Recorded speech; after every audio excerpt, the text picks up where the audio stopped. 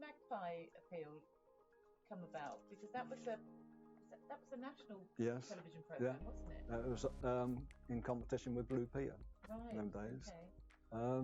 So you wrote to them, did you? Must have done. Yeah. And they came down to see Trevor. Mm. It was a Christmas appeal. Right. And what they'd done, they went to Civil Old Guard School, and they showed the children who was getting the education. Yep. They then come to mine to see Trevor, who wasn't getting the education. That was a case of comparing the two. Yeah. If he were to be taken outside the house, on a train for example, he would feel frightened and unhappy. This is because autistic children are worried by anything that's new to them. I asked his father how autism affects Trevor. And it was a national appeal to raise money to start a school. So I think they raised 78,000 or 72,000, which was a lot of money in them days. You can see the clipping here. I mean, Trevor's, the face of the appeal, wasn't he? Yeah. Yeah. So this was over 73,000.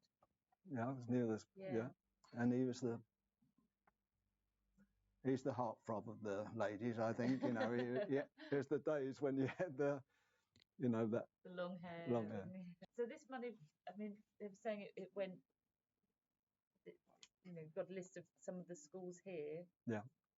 That it went to. So it didn't actually help you with your appeal. It directly, but it just raised awareness. It raised awareness. Yeah.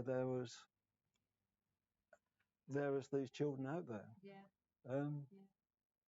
And I think that kick-started some of the local interest, didn't it, from the papers? There's lots of clippings here from the Essex County Standard, sort of following on from the appeal. So the papers are always there from the start. Yeah. And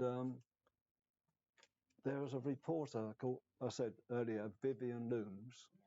She reported she done the woman's page. Oh, that's it. There you go. Oh, that's it. Yeah. Yeah.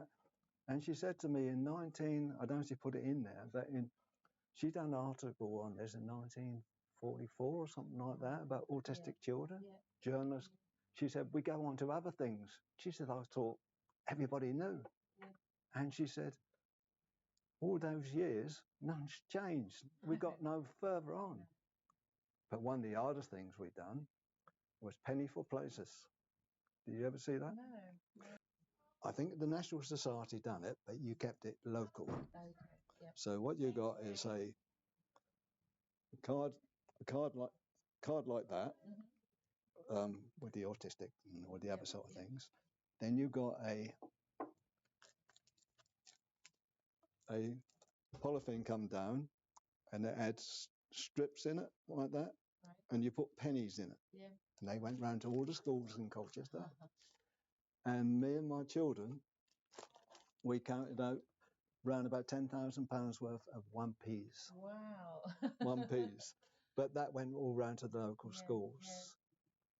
The Wicks Ladies Circle, which they've done a lot with Dewscroft, the old Dewscroft school. They took on a room and everything, and they rang me up and said, we got this cheque. I don't know many thousands, but it was several thousands.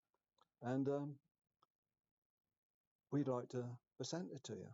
So, what would you like to come along? I'll give you a talk and say thank you and that.